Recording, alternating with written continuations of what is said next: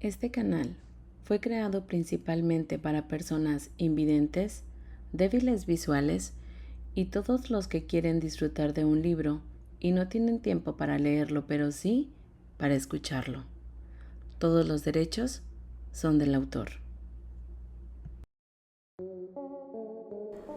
El linaje del arcángel, de Nalini Singh, del gremio de los cazadores, capítulo 42.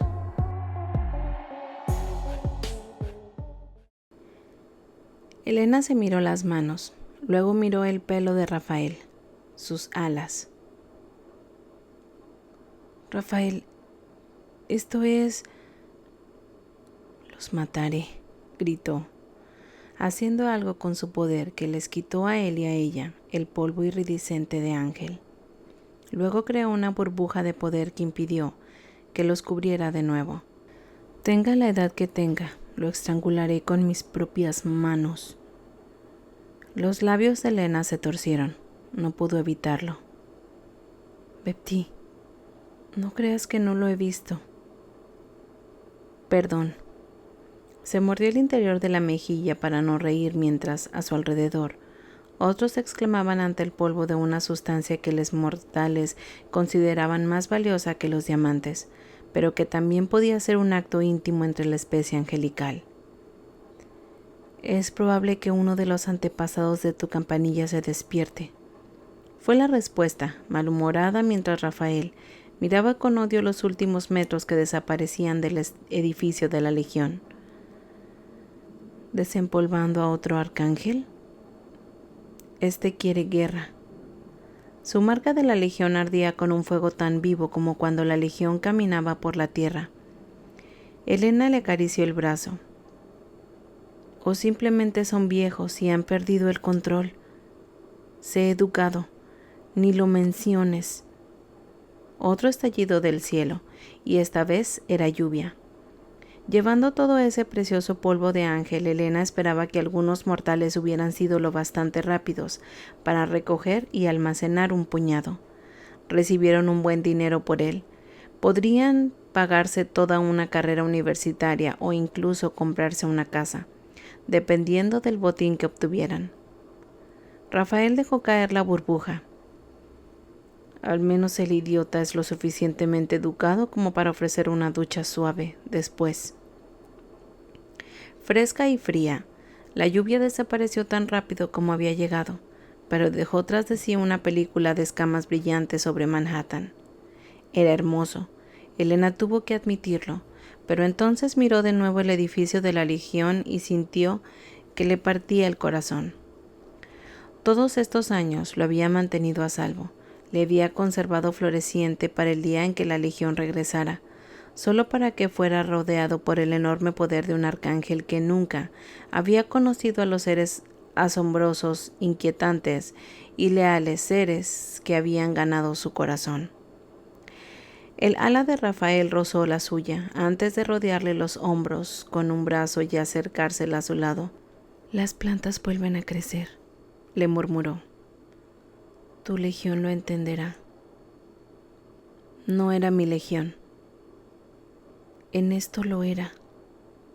Un roce de sus labios sobre el pelo mojado de ella mientras permanecían allí de pie, observando cómo los colores del estado arcángel, desconocido, devoraban los últimos trozos verdes del edificio de la Legión. Todo se detuvo. El mundo se quedó en silencio y luego Elena contuvo el aliento. El edificio de la Legión se estaba transformando. Literalmente se retorcía en la forma de una enorme serpiente. No, frunció el ceño. No era una serpiente inclinándose hacia atrás. Miró la marca de la Legión, en la sien de Rafael y luego el salvaje lugar donde el edificio de la Legión había estado. Esto es un maldito dragón. Rafael alargó la mano para tocar su marca. Está latiendo, dijo, mirando fijamente el edificio que ya no era un edificio, sino una criatura sacada del mito y la leyenda, una criatura que hacía eco de la marca de la sien de Rafael. Una marca similar a la encontrada en varios lugares del refugio, ocultos y antiguos. Un rugido de sonido cuando el dragón de la luz multicolor despegó, dejando intacto el edificio de la Legión. Voló alto, alto, más alto, hasta que ella tuvo que arquear el cuello para mantenerlo a la vista. Un segundo después giró y se zambulló directo hacia Rafael. Rafael se mantuvo firme, con la mandíbula apretada. Seguía inmóvil como el granito cuando el dragón de la luz se transformó en un ángel como Helena nunca había visto. Aterrizó con fuerza en la azotea justo delante de Rafael. Su aterrizaje generó grietas en todas direcciones a lo largo de la superficie impermeable. Sus alas eran más parecidas a las de la Legión que a las de cualquier otro ángel que Helena hubiera conocido, cortidas y gruesas. Aunque eran negras en lugar de grises como las de la Legión, antes de que los seres empezaran a diferenciarse, y las de los ángeles no eran totalmente correosas. Podían ver una fina capa de pluma negra sobre el cuerpo, pero le pareció que eran más cosméticas que otras cosas. No hay plumas primarias que pudiera ver, ni tampoco secundarias. Lo que pudo ver fueron unas relucientes garras negras que sobresalían de los bordes superiores de sus alas. Su piel era de un marrón bruñido, su pelo espeso y oscuro. Vestía trajes de cuero sin mangas de un bronce intenso, pero ahí terminaba su parecido con otro arcángel. Su rostro, tragó saliva al contemplar el lado derecho de su rostro. Escamas, iridiscentes e hipnóticas cubrían todo ese lado, continuando hasta la medianoche de pelo que le llegaba a la nuca. Esas escamas también bajaban por su cuello para derramarse por su hombro y bajar por su brazo derecho, para arrastrarse por el dorso de su mano y recorrer la mitad de sus dedos antes de desvanecerse en la piel. Un único penetrante ojo azul de feroz palidez miraba desde el interior de las escamas que deberían haber sido monstruosas para que, en cambio, era una inquietante fascinación. El ojo coincidía con el del otro lado, pero la cara de ese lado era la línea afilada y la piel. Sin embargo, la división entre sus dos lados no estaba centrada, era más bien un desvanecimiento gradual. Las escamas se fundían con la piel a lo largo de la mandíbula y la frente, y se mezclaban ligeramente con la nariz. Sus labios estaban apenas besados por la escama de un lado, suavemente curvados en el otro. Debería haber parecido una pesadilla. No lo era. Parecía un peligroso dragón en forma de ángel. Sin previo aviso, levantó una mano hacia Rafael. Helena se tensó. Justo cuando los ojos azules del ángel cambiaron de humanos a reptiles, una pupila negra, larga y rasgada, sustituyó a la redondez de sus ojos angelicales. Rafael no tenía idea de a quién o qué estaba mirando. Que este hombre era un poder violento era obvio. Incitó la misma reacción en Rafael que cualquier otro arcángel, excepto por un extraño eco. Era la única forma en que podía describirlo. No solo la marca de la Legión seguía palpitando, sino que algo dentro de él parecía hacerse eco del pulso del otro arcángel. Ahora, el ser desconocido levantó una mano. El instinto de Rafael fue apartarlo de un empujón, hacerle saber que aquel era su territorio, pero algo en su forma en que el ángel lo miraba lo contuvo. No había desafío ni agresión en aquellos ojos llamativos que le recordaban a los de Venom. Más bien, contenían una extraña curiosidad, casi como la de Naasir, salvaje, abierta. Permitió que el ángel tocara con sus dedos la marca de la Legión. El fuego salvaje crepitó desde él y bajó por las escamas del brazo del otro hombre. El nuevo arcángel sonrió y, soltando la mano, le dijo algo a Rafael con una voz tan arenosa y profunda que casi hacía daño el oído. El lenguaje también era incomprendible. «Ya no usamos esa lengua», dijo, en la lengua que le enseñaron con antiguo angélico. «Esta es la que usamos ahora». El otro ser ladeó la cabeza escuchando. Rafael volvió a hablar, repitiendo una serie de palabras diseñadas para despertar el lenguaje de los durmientes que llevaban demasiado tiempo alejados del mundo. Ah, dijo al fin el ser. La nueva lengua. Sonó, chirriante y áspero. ¿La nueva lengua? ¿Eso es lo que ha dicho? Intercambiaron en sus mentes. Creo que sí, Elena mía. Una sonrisa repentina. Esos ojos de reptil volviendo a ser angelicales.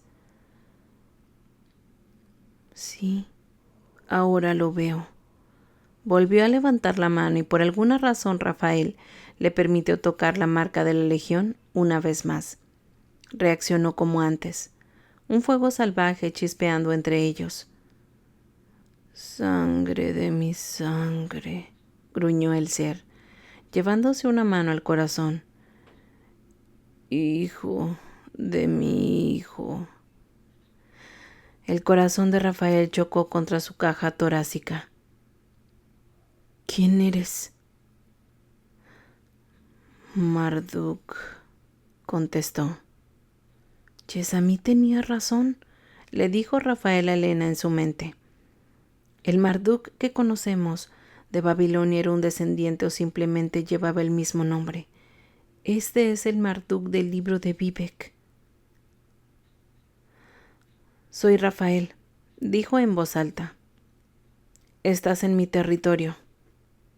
Los ojos de Marduk volvieron a su otra forma y miró a su alrededor con curiosidad antes de volver su atención a Rafael.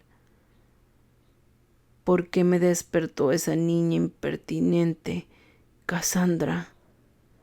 Ahora era más fácil entenderlo. O su voz estaba asentando o Rafael se estaba acostumbrando a ella. Lady Cassandra no es una niña. Marduk volvió a mirarlo fijamente.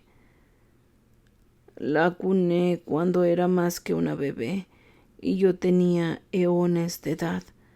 Siempre será una niña para mis ojos. Mierda. Arcángel, escuchó la voz de Elena en su cabeza. Sí. Tú no eres un antiguo, dijo Rafael con certeza. ¿Eres uno de los que llamamos los ancestros? Una sonrisa de plata movediza de Marduk, que casi lo hacía parecer un ángel ordinario, si no fuera por las escamas ondulantes que brillaban a la luz del sol. No, sangre de mi linaje, no soy tan viejo. Doble mirada. Como siempre, Vepti, tienes facilidad de palabra. Porque si este ser no era un ancestro, entonces ¿qué demonios eran los ancestros angelicales? Bostezando, Marduk se estiró y se giró con reptiliana brusquedad para mirar fijamente a Elena. Mi consorte, Elena, dijo Rafael, con una advertencia en su tono. Este Marduk podría ser viejo, pero Rafael no permitiría ninguna intrusión. Marduk extendió su mano escamosa, con la palma hacia arriba. Esa palma estaba medio cubierta de escamas. Tras una pausa, en lo que le sostuvo la mirada, Elena apoyó la palma de la mano en la de él, y él cerró los dedos alrededor de su mano con dulzura consciente. Diferente, dijo al fin. Nueva. No es sangre de mi linaje. Sin embargo, marcada por mi sangre. Estás sintiendo tus células en mi cuerpo, dijo Elena en su mente. Rafael no estaba seguro de lo que pensaba de eso, o de Marduk en general, pero el ángel no parecía amenazador ni guerrero. Elena. Marduk pronunció su nombre como si fuera un sonido nuevo en su lenguaje. ¿Por qué mi legión sueña contigo? La mano de Elena se flexionó dura y plana en la suya. ¿Están vivos? Ronroneó. ¿Lo lograron? Marduk le dio la cabeza como si estuviera procesando su pregunta. Son la legión. no tienen fin. Ahora descansan, se curan, vuelven de nuevo. Una sola lágrima rodó por su rostro ante la afirmación. Se sacrificaron en una guerra contra un enemigo terrible, dijo Elena. Ese es su deber y la razón por la que los cree. Su voz era un trueno cubierto de grava. Frunciendo el ceño, miró su mano entrelazada. No deberían sentir como los ángeles, y sin embargo sueñan contigo. Sus ojos, que ya no eran angelicales, se clavaron en los de ella. Ella no parpadeó, no apartó la mirada. Los amo, dijo simplemente. Fue él quien parpadeó, volviendo los ojos hacia atrás. Te conoceré, Elena, consorte de Rafael, dijo al fin, y luego le soltó la mano. Pero antes, su atención volvió a Rafael. Dime, joven hijo de Marduk, ¿por qué Cassandra se ha entrometido donde ni siquiera ella, esa descarada muchacha, debería ir nunca? Capítulo 43. Decir que la siguiente reunión de la cátedra fuera interesante era quedarse corto. Marduk no había aparecido. Insistía en una reunión en persona a pesar de que Rafael había dejado claro que podían utilizar sistemas modernos para comunicarse mucho más rápidamente. No, había dicho el arcángel, pues era un arcángel, aunque uno distinto a los demás. Debe ser un encuentro en persona. No quiso dar más detalles, pero Rafael tenía la sensación de que el hombre no era un ancestro, pero que bien podría haberlo sido. Quería tomarle la medida a todo el mundo. Ninguno de los otros discutió la petición de Rafael de una reunión en persona, probablemente por la misma razón. El cielo blanco, abrasador del despertar de Marduk, había cambiado y borrado todas y cada una de las cámaras de los alrededores, así que nadie que no hubiera visto físicamente a Marduk sabía nada de su existencia. Incluso los arcángeles podían caer víctimas de la curiosidad incurable, y como todos eran conscientes de que ninguno de ellos tenía energía para la guerra, había poco que los retuviera en casa, especialmente ahora que los ángeles y vampiros mayores asignados habían tomado en sus manos el antiguo territorio de Queen. Para que todos tuvieran tiempo de organizar la reunión, se fijó para la tercera noche. Rafael tenía múltiples opciones sobre dónde celebrar la reunión de la cátedra, y estaba en contra de celebrarla en su casa, del enclave y la de Elena. Su refugio, hasta que recibió su sabio consejo de Sibya. Su cocinera rara vez levantaba la cabeza por encima de su parapeto, no porque fuera menos que valiente y competente, sino porque se contentaba con su trabajo en las cocinas, más feliz lejos de la política del mundo arcangélico. El hecho de que ella oyera los últimos detalles de su conversación con Elena sobre la reunión de la cátedra era un indicio de la confianza que tenía en ella y en su compañero, su mayordomo Montgomery. Sabía que ambos darían su opinión antes de traicionarlo a él o a Elena. Así que cuando el esbelto ángel con alas de oro pálido colocó la bandeja de delicias que acababa de hornear sobre la mesa del estudio, pero vaciló después de que le hubiera dado las gracias, él miró desde el sillón en el que estaba recostado, con la túnica desatada en la garganta y las alas dejadas caer en su antojo. Era la mañana siguiente al despertar de Marduk. Elena y él no habían vuelto a casa hasta entonces. Después de haber pasado las horas de la noche ayudando a la gente de otra parte de su territorio, que había sido azotada por una tormenta de viento, lo bastante fuerte como para derribar casas, ella se había adelantado, mientras que él se había unido a ella después de la reunión de la cátedra, pues tenía claro que Marduk no tenía intenciones agresivas hacia su ciudad. Es difícil explicar cómo lo sabía, pero lo sabía. ¿Conocimiento nacido de su vínculo de sangre? Tal vez. Pero le había dado la confianza suficiente para dejar a Marduk en la ciudad, mientras él iba a ayudar a su pueblo. Hasta el momento, sus tierras habían escapado a las grandes catástrofes que habían azotado a la demás, pero solo por una cuestión de grados. «Sibya», dijo, cuando el ángel permaneció en silencio. Con rubor en las mejillas mantuvo la mirada un poco baja, cuando dijo, «Señor, si me permite hablar». La dedicada corona con la que había trenzado el rubio pálido de su cabello brillaba a la luz del sol que entraba por las ventanas de la biblioteca. «En esta casa nunca tienes que pedir permiso para eso. Se da por hecho». Sibya venía de una corte arcaica, en la que un mayordomo borracho de poder había impuesto la jerarquía de la corte con crueldad.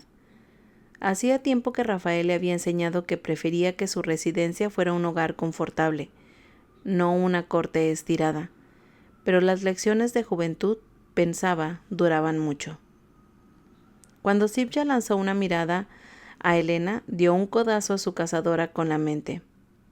«Helena, ella también necesita tu permiso». Una Helena exhausta, igualitaria con sus costumbres de cazadora, lo miró fijamente durante un segundo desde el sillón donde limpiaba sus cuchillos. El acto le resultó relajante. Cuando se volvió hacia su cocinera, fue para decirle, «Sibi, si alguna vez me convierto en uno de esos viejos ángeles sofocantes que quiere que todos se inclinen y raspen, por favor, apuñálame con un utensilio de cocina afilado para que entre en razón». Un resoplido escapó de los labios de Sibya, que se llevó la mano a la boca tras la sorprendida respuesta, pero sus ojos brillaron de risa cuando se encontraron con los de Helena, y sonrió a Rafael después de soltar la mano. «No dañaría uno de mis cuchillos de chef usándolos de esa manera». Rafael estaba tan sorprendido por la broma de la cocinera, de su voz suave, que tardó un segundo en entenderlo. Era Helena, quien le había regalado a Sibya el codicioso juego de cuchillos de cocinera hechos a mano en Japón. Para entonces, Helena ya estaba riendo y juntó las manos en un aplauso de agradecimiento. Sonriendo levantó una ceja hacia su cocinera. «¿Qué es lo que quieres decir?» «Señor, si no me equivoco, esta reunión de la cátedra no es sobre la guerra o cualquier tipo de agresión. Más bien, se trata de presentar al arcángel Murdak, y más aún, de intentar encontrar una forma de proteger el mundo contra los estragos que todos estamos sufriendo». «¿Correcto?» «Ser bienvenido en casa de otro y ofrecerle sustento es un regalo precioso», dijo Sibya. «Un símbolo de amistad y confianza comienza la reunión tal y como deseas que continúe». Rafael lo consideró con el ceño fruncido. Nunca había sentido simpatía por Aigaón, pero podía entender el punto de vista de Sibya. Si alguna vez la cátedra había necesitado trabajar como una unidad, era ahora. Una cosa era la guerra y la otra la cooperación en tiempos de paz. «La casa está construida para albergar reuniones más grandes», añadió el ángel rubio. «Aunque sé que en aquel momento solo pensabas en los amigos, no en la cátedra». «Sí», murmuró con una lenta inclinación de cabeza. Luego miró a Helena, quien hizo una mueca, pero dijo, «Es difícil ser descortés y hostil aunque te reciban en la casa privada de alguien. ¿No hay algo al respecto en sus normas de acogida?» «Helena», el parpadeo hacia ella. «Eres tú, Bepti. Juraría que acabas de hacer referencia a las reglas de invitación». Mientras Sibya hacía un esfuerzo heroico por no estallar en carcajadas, Helena le apuntó con su daga.